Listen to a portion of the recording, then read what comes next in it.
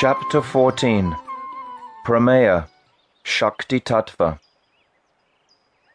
The Venerable Babaji's teachings from the previous night made a deep impression upon Brajanath, and as he contemplated all those instructions, he felt satisfied. Sometimes he thought, "Oh, how extraordinary and unparalleled are Sri Gauranga's teachings! Just hearing them, I feel as if thrust within the waves of an ocean of nectar. And the more I hear, the more thirsty and eager I become to hear. It appears that the condensed nectar of all tattvas streams from Babaji Maharaj's lotus mouth, and my heart never becomes satiated by hearing. All his teachings on Siddhanta are perfectly balanced, without a trace of inconsistency. It is as if the Shastras are all running after those conclusions to verify every letter of them. I can't understand why the Brahmana society criticizes these teachings. I think that their bias towards Mayavad has made them adopt a false philosophy." Brajanath was thinking in this way when he reached Raghunath Das Babaji's kutir. First he offered obeisances to the kutir, and then seeing Babaji Mahashai, he offered obeisances to him. Babaji Mahashai lovingly embraced him and made him sit beside him. Sitting down with great enthusiasm, Brajanath asked, "Prabhu, you told me yesterday that you would explain the third shlok of Dashamula. I earnestly desire to hear it. Kindly be merciful and explain it to me." Babaji became very happy to hear this, and with his hairs standing on end in rapture, began to speak. "Parakyaya shaktir apritag, apisasve mahimani, stito jivakyam svam achid, abhihitam tam tripadikam, swatantrechcha shaktim sakala, vishaye prerana paro, vikaradhyai shunya parama, purusho yang vijayate." Dashamula 3. Although Sri Bhagavan is non-different from his inconceivable transcendental potency, Parashakti, he has his own independent nature and desires. His Parashakti consists of three aspects: Chit Shakti, spiritual potency; Jiva Shakti, marginal potency; and Maya Shakti, external potency. And he always inspires them to engage in their respective functions. That Paratattva, supreme absolute truth, even while performing all these activities, still remains immutable and is eternally situated in the fully transcendental swarup of his own glory. Brajanath. The Brahmanas declare that the Brahman form of the Paratattva has no Shakti, and they say that his Shakti is only manifest in his Ishvara form. I would like to hear the conclusions of the Vedas about this. Babaji. The Shakti of Paratattva manifests in all of his forms. The Vedas say, "Na tasya karyam karanam cha vidyate, na tat samascha vyadikas drishyate, parasya shaktir vividaiva suryate, svabhaviki jnana bala kriyacha." Shvetashvatara Upanishad 6, 7-8. None of the activities of that Parabrahma, Paramatma, are mundane, because none of his senses, such as his hands and legs, are material. Thus, through the medium of his transcendental body, he performs his pastimes without any material senses, and he is present everywhere at the same time. Therefore, no one is equal to him, what to speak of being greater than him. The one divine potency of Parameshvara has been described in Shruti in many ways, among which the description of his Gyan Shakti, knowledge, his Bala Shakti, power, and his Kriya Shakti, potency for activity, are most important. These are also called Chit Shakti or Samvit Shakti, Sat Shakti or Sandini Shakti, and Ananda Shakti or Hladini Shakti respectively. Regarding the description of the Chit Shakti, it is said, "Te dhyana yoga nugata apashyam, devatma shaktim swagune nigudam, Shvetashvatara Upanishad 1.3. The Tattva Gyan Rishis established themselves in Samadhi Yoga, and being infused with the qualities of Parabrahma, through those qualities they have directly perceived his most confidential, internal transcendental potencies. Thus they have realized Bhagavan, who is the basis and governor of all causes, of the jiva, of prakriti, material nature, of kala, time, and of karma. Regarding Jiva Shakti, Ejam ekam lo hitasukla krishnam, bhavi praja shri jamanam svarupa, ajo hyeko ju shamano nushete, jahat yenam bhukta bogam ajonya. Shvetashvatara Upanishad 4.5. There are two types of unborn Aja Jivas. Jivas of the first type are Agyani, ignorant, and worship Bhagavan's Prakriti. That Prakriti, whose modes are red, white, and black, is also unborn like Bhagavan. However, the second type of Aja are Jnanis. They have overcome ignorance and therefore completely renounce that Prakriti, which the others strive to enjoy. Regarding Maya Shakti, Chandangsi yagna kratavo vratani, bhutam bhavyam yach chaveda vedanti, asman mayi shrijate vishvame tat, tasmings chanyo maya sani ruda. Shvetashvatara Upanishad 4.9. Paramatma, who is the master of Maya Prakriti, the deluding material nature, has created all the teachings of the Vedas, special yagyas, such as Jyotishoma, that are performed with ghee, various types of brata, fasts, sacrifices, penances, and everything else in existence in the past, present, and future. That is, the entire world, whose description is found in the Vedas. The Ishvara of Maya has created all of this, and the Aja Jivas are bound by his Maya. The Vedic mantra, Parasya Shakti, quoted previously, explains that there is transcendental Shakti in even the highest stage of Paratattva. The personal appearance of that Paratattva is called Bhagavan, and the Nirvishesh manifestation is called Brahman. Nowhere in the Vedas is the Paratattva described as being without Shakti.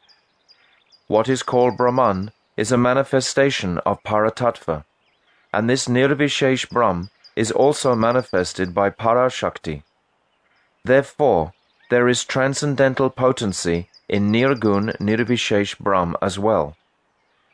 In some places in the Vedas and the Upanishads, this Parashakti is called Swarup Shakti.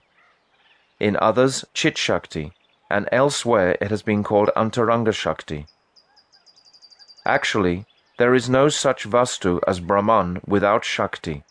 It is simply an imagination of the Mayavadis. In reality, the Nirvishesh Brahm is beyond the limited conception of Mayavad. The Savishesh Brahm has been described as follows in the Vedas. Ya eka varano bahuda shakti yogad, varanan anekan nihitarto dadati. Shvetashvatara Upanishad 4.1. Although he has one color, he assumes several colors, bhavs, by dint of his personal Shakti. Many colors, that is various types of potency, exist within him. Indeed, the whole world has its being in him, for he is its creator. Ya eko jalavan ishita ishani bihi, Sarval lokan ishata ishani bihi. Shvetashvatara Upanishad 3.1. He who is the Ishvara of the whole world is one without a second, and he is the Lord of Maya, which is like a net in which the Jivas are ensnared.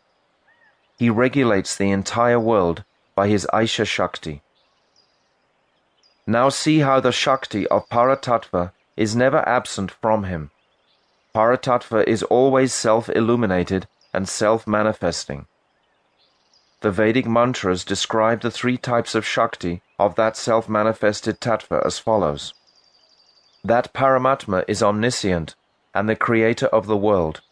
He is self-born, Atma Yoni, the controller of Kala, time, the knower of all, the Ishvara of Pradhan, Maya, and the Ishvara of the Kshetra-gyans, Jivas. He is full of all transcendental qualities, and is beyond all material qualities, yet he is their master. He binds the Jivas in samsara, places them in their positions, and liberates them from it. This mantra describes the three states of Parashakti. The word Pradhan denotes Maya Shakti. The word Kshetra-gyan denotes the Jiva Shakti, and the Chit Shakti has been alluded to by the word Kshetra-gyan Patti. The Mayavadis explain that Brahman is the condition of Paratattva without Shakti, and that Ishvara is of this state with all Shakti. But this doctrine is simply imaginary. In reality, Bhagavan always possesses all Shakti. Shakti is present in all of his aspects. He is eternally situated in his Swarup, and although he has all Shakti in that Swarup, he himself remains the Supreme Person, full of his own independent will. Brajanath. If he is fully associated with Shakti, he only works with the assistance of Shakti. Then where is his independent nature and desire? Babaji. Shakti Shakti Matayo Abeda. According to this statement in Vedanta, Shakti, potency, and the Shaktiman Purush, the Supreme Person who possesses all Shakti, are non-different. Work shows the influence of Shakti. That is, all work is accomplished only by the means of Shakti.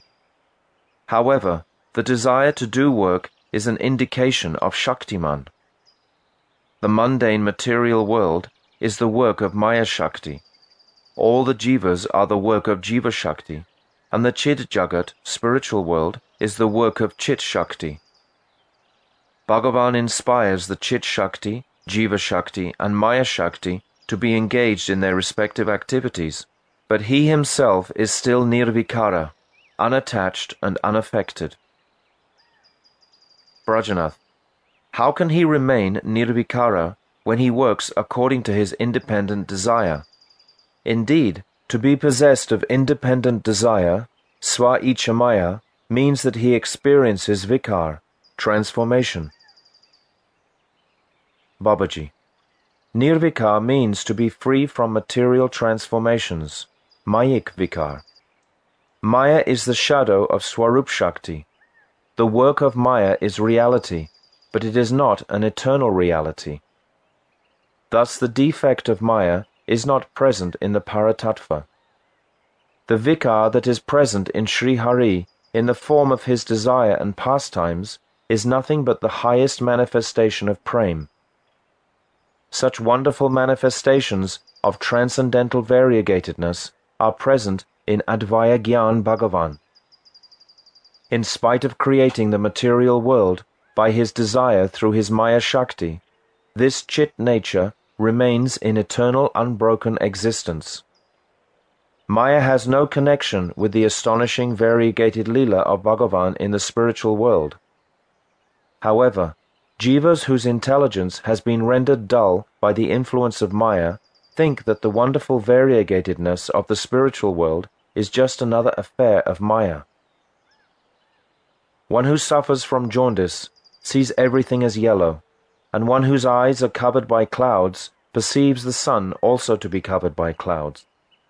Similarly, those with Mayic intelligence imagine that transcendental names, forms, qualities and pastimes are also Mayic. The purport is that Maya Shakti is a shadow of Chit Shakti, so the variegatedness found in spiritual activities is also reflected in the workings of Maya. The variegatedness seen in Maya Shakti is an inferior reflection or shadow of the variegatedness found in Chit Shakti. So although these two types of variegatedness are apparently similar to each other, they are actually completely opposite. Superficially, a person's reflection in a mirror appears the same as his body. However, with careful examination, they are seen to be exactly the opposite. For one is the body, and the other is its reflection. The body's various parts appear opposite in their reflection. The left hand appears on the right side, and the right hand on the left. The left eye appears on the right side, and the right eye on the left. Similarly, the variegatedness of the spiritual world and that of the material world appear superficially the same. From a subtle point of view, however, they are opposed to each other, for material variegatedness is a distorted reflection of transcendental variegatedness. Therefore, although there is apparently some similarity, they are nonetheless different in essence. That independent Supreme Person, who works by his own sweet will, is the controller of Maya. He is free from any Mayic transformation, and through Maya he fulfills his purposes. Brajanath. Which of Sri Krishna's Shaktis is Srimati Radhika? Babaji. As Sri Krishna is the complete Shaktiman Tattva, Srimati Radhika is his complete Shakti. She can be called the complete Swarup Shakti. So that they can enact and relish their Leela, Srimati Radhika and Krishna are eternally separate, but they are also eternally inseparable, just as musk and its scent are mutually inseparable, and fire and its heat cannot be separate from each other. That Swarup Shakti, Srimati Radhika, has three kinds of potency of activity, Kriya Shakti. They are known as Chit Shakti, Jiva Shakti, and Maya Shakti. The Chit Shakti is also called the internal potency, Antaranga Shakti. Maya Shakti is called the external potency, Bahiranga Shakti. And the Jiva Shakti is called the marginal potency, Tatashta Shakti. Although Swarup Shakti is one, she acts in these three ways. All the eternal characteristics of Swarup Shakti are completely present in the Chit Shakti, present to a minute degree in the Jiva Shakti, and present in a distorted way in the Maya Shakti. Apart from the three kinds of Kriya Shakti, potency of activity, that I have described, Swarup Shakti also has three other types of function, named Hladini, Sandini, and Samvit. They are described as follows in the Dashamula 4. Savai Hladinyas cha pranaya vikrite hladana ratas tata samvich chakti prakatita raho bhava rasita tata shri sandinya krita vishatatad dhamma nichaye rasambo dao magno braja rasavilasi vijayate. There are three functions of Swarup Shakti, Hladini, Sandini, and Samvit. Krishna remains perpetually immersed in the pranaya vikar of the Hladini Shakti.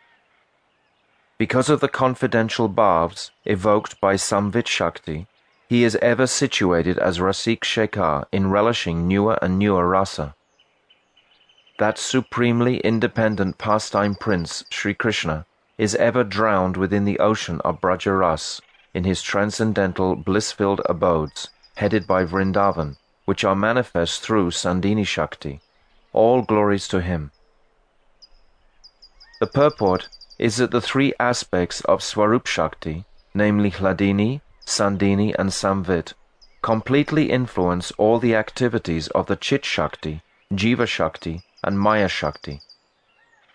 The Hladini Vritti of Swarup Shakti, as Srimati Radhika, the daughter of Vrishabhanu Maharaj, gives full transcendental bliss and enjoyment to Krishna. Srimati Radhika is the embodiment of Mahabhav. She gives happiness to Krishna in her own transcendental form, and she also eternally manifests 8 bhavs as the 8 principal Shakis, who are direct extensions, Kaya Vyuha, of her own Swarup. Besides that, she manifests her 4 different types of service moods as the 4 different types of Sakis, namely Priya Sakis, Narma Sakis, Prana Sakis, and Parama Preshta Sakis. All these Sakis are Nitya Siddha Sakis within the transcendental realm of Braj. The Sanvit Vritti of Swarup Shakti manifests all the various moods of the relationships, Sambandha Bhavs, within Braj. Sandini manifests everything in Braj that consists of water, earth, and so on, such as the villages, forests, gardens, and Giri Govardhan, which are places of Krishna's pastimes. It also manifests all the other transcendental objects used in Krishna's pastimes, as well as the transcendental bodies of Sri Radhika, Sri Krishna, the Sakis, Sakas, cows, dasas, dasis, and so on. Sri Krishna is always engrossed in supreme bliss in the form of the pranaya vicar of Hladini, and being endowed with the various bhavs manifested by the Samvit Vritti, he relishes pranaya ras.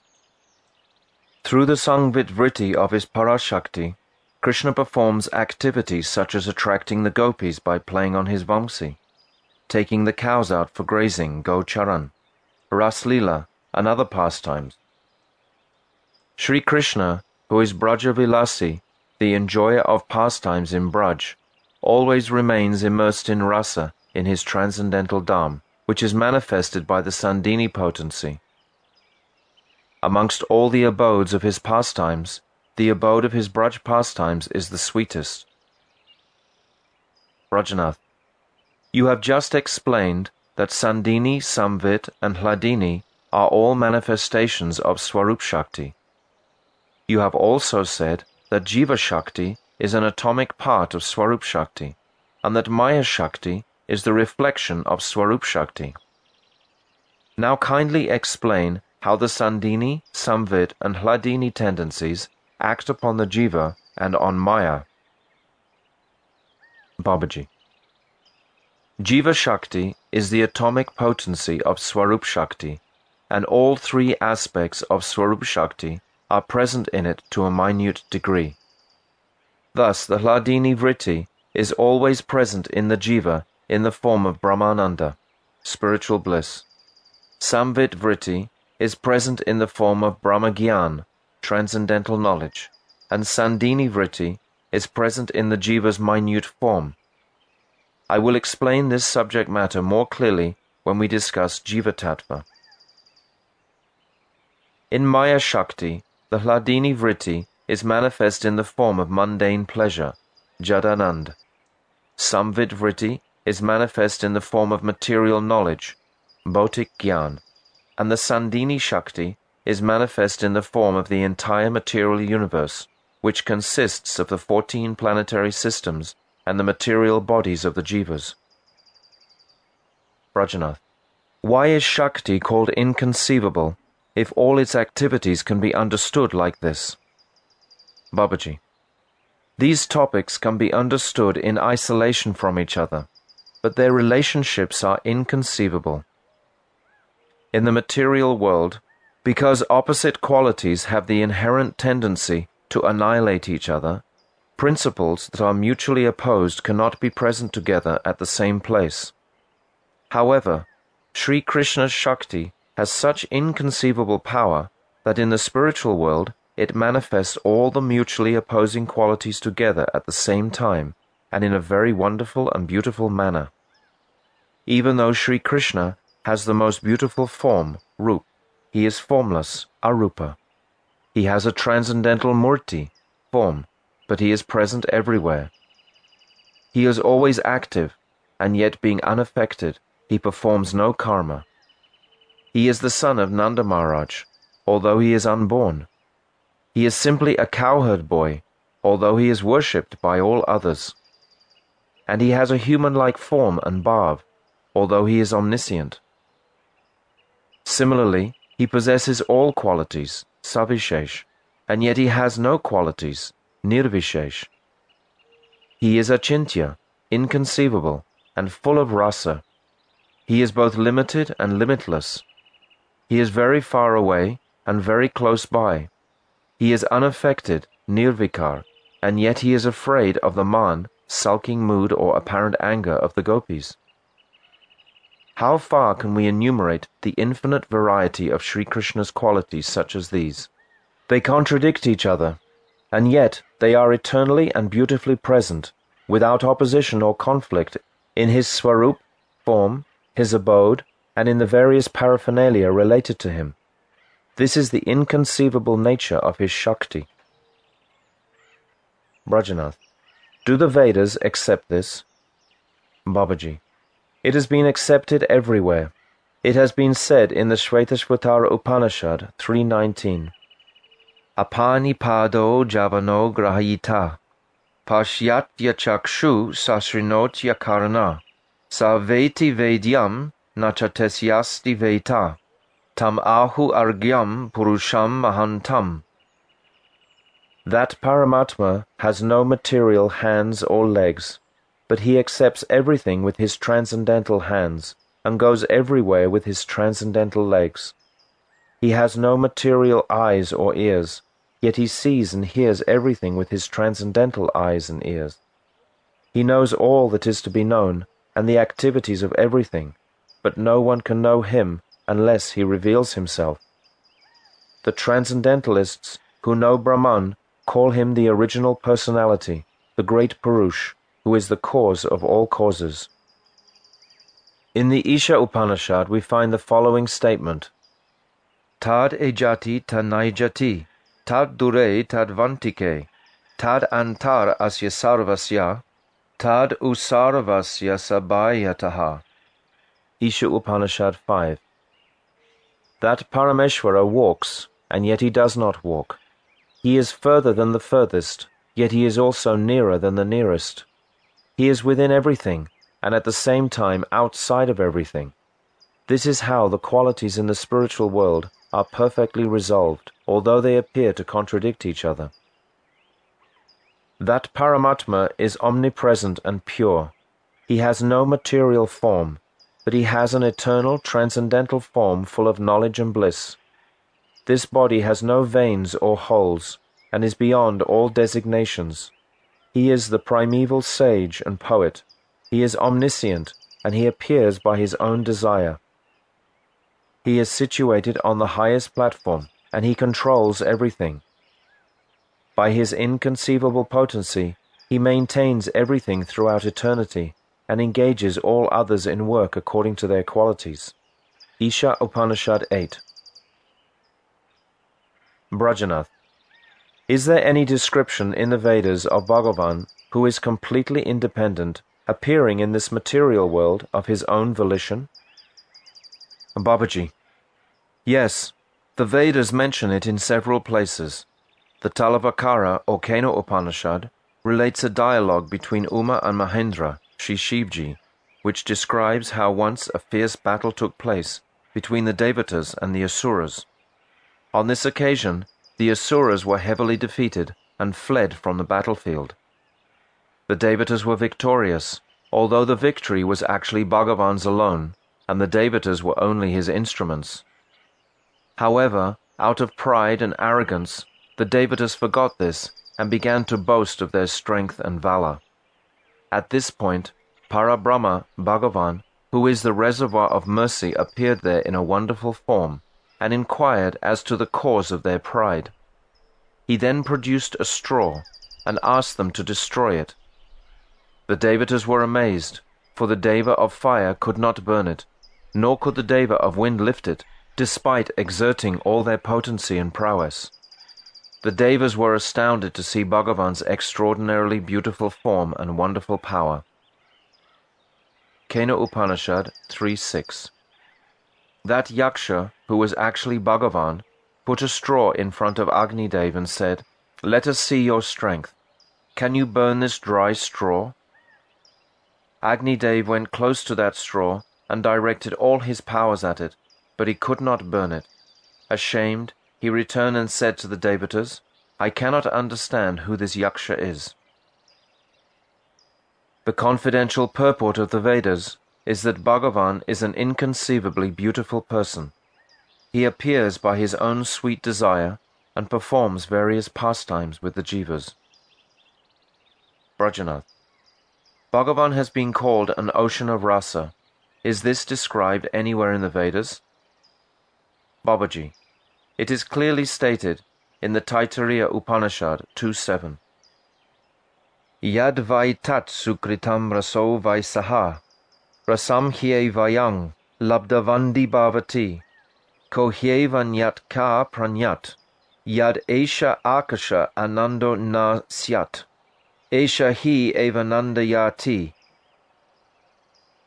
Para Brahma Paramatma is the Sukrita Brahma, the very handsome Supreme Spirit.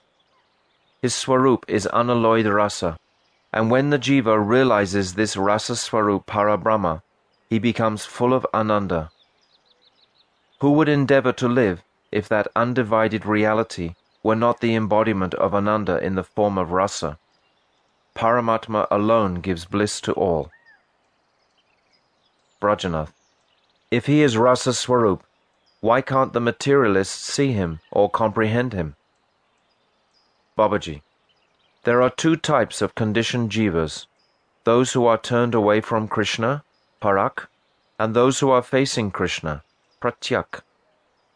Jivas in the parak state cannot see Krishna's beauty because they are opposed to him. They only see and think about material things.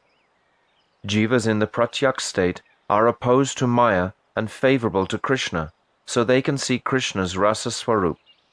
It is said in the Katha Upanishad, Paranchikani vatranat svayambus, tasmat paran pashyati nantarant mam, kaschit dira pratyag atmanam aikshad, avrita chakshu amritatvam ichchan.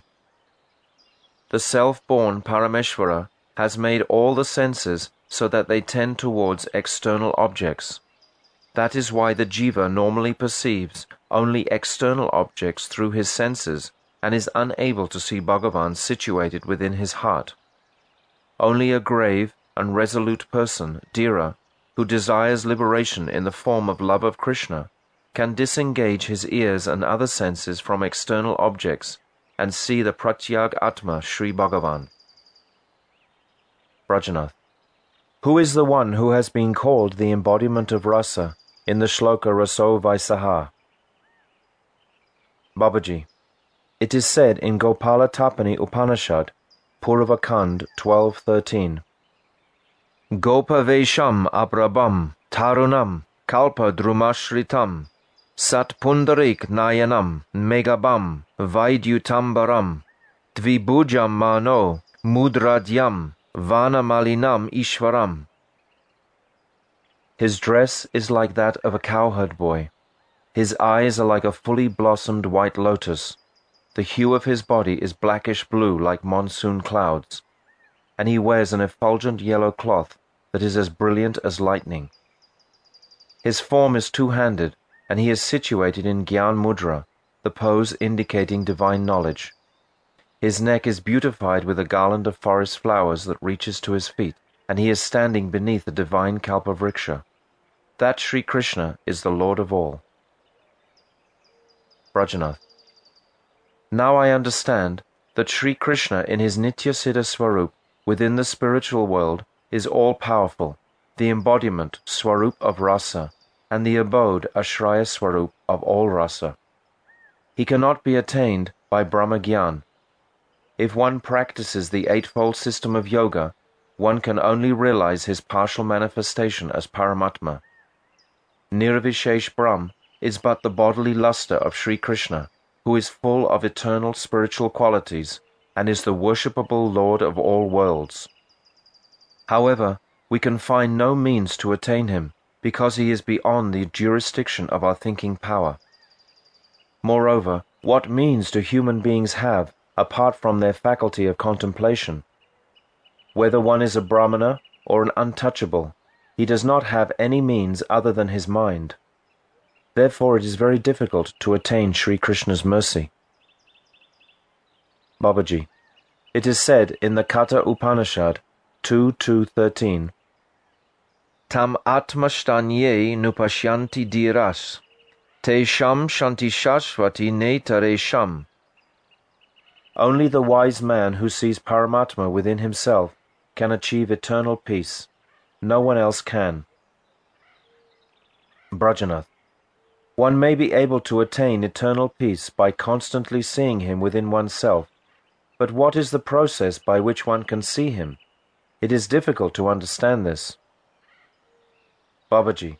It is said in the Katha Upanishad 1.2.23, Nayam atma pravachaneno labhyo, na med hayana bahuda shrutena, yam eva she vrinute tena labhyas, tasyaisa atma vivrunate tanum svam.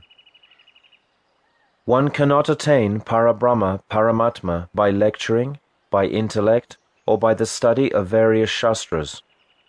He only reveals his transcendental form by his own mercy to one whom he himself accepts.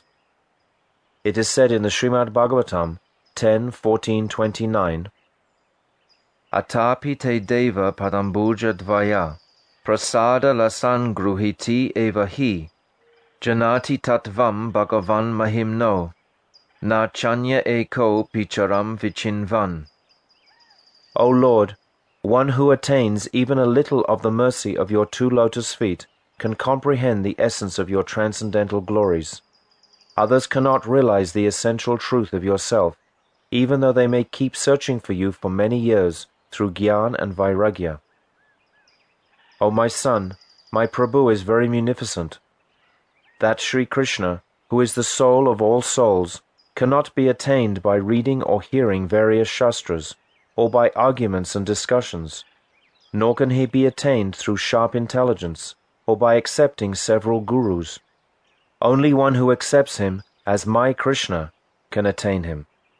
He will only manifest his transcendental Satchit Ananda form to such a bhakta. When we realize the Abhideya Tattva, we will be able to understand these truths easily. Brajanath. Are the names of Krishna's abodes written anywhere in the Vedas? Babaji. Yes, names such as Paravyoma, Brahma Gopal Puri, and Gokul are found in several places in the Vedas. For example, the Shvetashvatara Upanishad says, Rikchokshare parame vyomam, yasmin deva adivishve nideshu, yastan naveda kimricha karishyati, ya itad vidus ta ime samasate. One must know that infallible Akshara Brahman who resides in the abode called Paravyoma. He is the subject matter of the mantras of the Rig Veda, and all the devatas take shelter of him.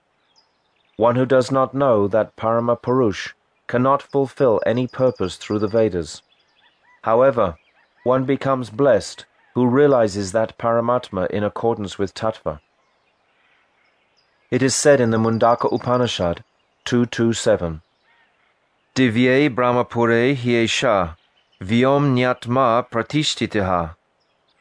That Paramatma eternally resides in the transcendental Brahmapura, that is the form of Paravyoma. It is said in the Purusha Bodhini Shruti, Gokulakye Mathura Mandale, Dve Parasve Chandravali Radhika Cha. In the area of Mathura called Gokul, Srimati Radhika is situated on one side of Bhagavan, and Chandravali on the other. It is stated in the Gopal Tapani Upanishad, Tasham Madhye Shakshat Brahma Gopala Purihi. Brahma Gopal Puri is situated in the middle of the group of transcendental abodes. Brajanath. Why do the Tantriki Brahmanas call Shiva's potency Durga? Babaji. The deluding potency, Maya Shakti, is called Shiva Shakti. This Maya has three modes, namely Sattva, Raja, and Tama. Brahmanas in the Sattvic mode worship Maya in a pure way as the form that embodies Sattva Gun. Brahmanas in the Rajasic mode worship Maya in the form that embodies Rajagun. And Brahmanas in the Tamasic mode worship Maya as the presiding deity of darkness, Tamagun, taking ignorance to be knowledge. In fact, Maya Shakti is only a name for the transformation, vicara, of Bhagavan's Parashakti in the form of its shadow, Chaya. It is not a separate, independent Shakti. Maya is the sole cause of the jiva's bondage and liberation. When the jiva becomes opposed to Krishna, Maya punishes him by throwing him into worldly bondage. However, when the jiva becomes favorable to Krishna, the same Maya manifests the sattvic quality and gives him knowledge of Krishna. She then liberates him from worldly bondage and makes him qualified to attain love of Krishna. Consequently, the jivas bound by the modes of Maya cannot see the pure form of Maya, that is, the Swarup Shakti of Bhagavan, and they worship Maya alone as the primeval Shakti. The jiva in the state of illusion can only realize these advanced philosophical truths by good fortune and by the power of Sukriti. Otherwise, being bewildered by Maya and entangled in false conclusions, he remains bereft of real knowledge. Brajanath. In Gokul Upasana, Durga Devi has been counted among Sri Hari's associates. Who is this Durga of Gokul? Babaji. Durga of Gokul is none other than Yoga Maya. She is situated as the seed of transformation of Chit Shakti, so when she is present in the spiritual world, she considers herself to be non-different from the Swarup Shakti. The material Maya is only a transformation of that Yoga Maya. Durga situated in the material world is an attendant maidservant of that Durga of the Swarup Shakti in the spiritual world. The Durga of the spiritual Shakti is Leela Posana Shakti, the potency that nourishes Krishna's pastime. The gopis who have taken complete shelter of the Parakiya Bhav, Paramore mood, bestowed by Yoga Maya, nourish Krishna's Rasa Vilas in the spiritual world. The purport of the statement, Yoga Mayam Upashrita, Srimad Bhagavatam 10.29.1, about the Rasa Leela, is that there are many such activities in Krishna's transcendental pastimes that appear like ignorance due to the Swarup Shakti, but factually they are not. In order to nourish Maharas, Yoga Maya stages activities that appear to be performed in ignorance. We will analyze this subject in detail later on when we discuss Rasa. Brajanath, there is one thing that I wish to know concerning Dham Tattva. Kindly tell me, why do the Vaishnavas refer to Navadvip as Sri Dham? Babaji, Sri Navadvip Dham and Sri Vrindavan Dham are non-different from each other, and Mayapur is the highest truth within Navadvip Dham. The relationship of Sri Mayapur to Navadvip is the same as the relationship of Sri Gokul to Braj. Mayapur is the Mahayogapit, the great place of meeting of Navadvip. According to the shloka, Chana Kalo of Srimad Bhagavatam 7.9.38, the plenary avatar of Bhagavan who appears in Kali Yuga, Sri Chaitanya Mahaprabhu, is covered, and similarly his holy abodes are also covered. In Kali Yuga, no other place is equal to Sri Navadvip. Only one who can realize the transcendental nature of this Dham is actually qualified for Brajaras. From an external material point of view, both Braj Dham and Navadvip Dham appear to be mundane. Only those whose spiritual eyes have by some good fortune been opened can see the Dham as it is. Brajanath, I want to know the Swarup of this Navadvip Dham. Babaji, Golok, Vrindavan and Swetadvip are the inner compartments of Paravyoma, the spiritual sky. Sri Krishna's Swakiya Leela takes place in Goloka. His Parakiya Leela takes place in Vrindavan, and his Parishishta, supplementary Leela, takes place in Swetadvip. In Tattva, there is no difference between these three Dhams. Navadvip is really Swetadvip, so it is non-different from Vrindavan. The residents of Navadvip are very fortunate, for they are associates of Sri Gaurangadev. One can only attain residence of Navadvip after performing many pious activities. Some rasa is not manifested in Vrindavan, but that very rasa is manifest in Navadvip as the supplement of Vrindavan rasa. One experiences that rasa only when one becomes competent to relish it. Brajanath, how large is Navadvip Dham? Babaji, the area of Sri Navadvip Dham is 16 krosha and is shaped like that of a lotus flower with 8 petals, which are the 8 islands. Simantadvip, Godrumdvip, Madhyadvip, Koladvip, Ritudvip, Janudvip, Modrumdvip, and Rudavadvip. Antardvip, which is situated in the center of these islands, is like the whorl of a lotus flower, and Sri Mayapur is situated at the very heart of this Antardvip. One can quickly attain love of Krishna by performing sadhan bhajan in Navadvip Dham, and especially in Mayapur. The Mahayogapit, the residence or mandir of Sri Jagannath Mishra, is situated in the center of Mayapur, and in this very Yogapit, the most fortunate of all jivas always take darshan of Sri Gauranga Dev's Nitya Leela. Brajanath, are the pastimes of Sri Gauranga Dev a work of Swarup Shakti? Babaji, Sri Gaura's pastimes are arranged by the same Shakti who arranges Sri Krishna's pastimes. There is no difference between Sri Krishna and Gauranga Dev. Sri Swarup Goswami says, Radha Krishna pranaya vikritir kladini shaktir asmad ekatmanav apibhuvi pura deha bedang gatau tau chaitanyakyam prakatam aduna tadvayam chakyam aptam Radha bhava tuti suvalitam nomi Krishna swarupam. Radha Krishna are intrinsically one. However, they are manifest eternally in 2 forms through the influence of Hladini Shakti in the form of their pranaya vikar, because of the eternality of their pastimes, Vilas Tattva. Now these 2 tattvas are manifested in one Swarup in the form of Chaitanya Tattva.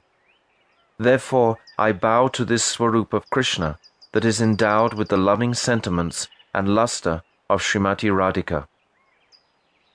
Krishna and Chaitanya Mahaprabhu are both eternally manifest. It cannot be determined which of them came earlier and who came later.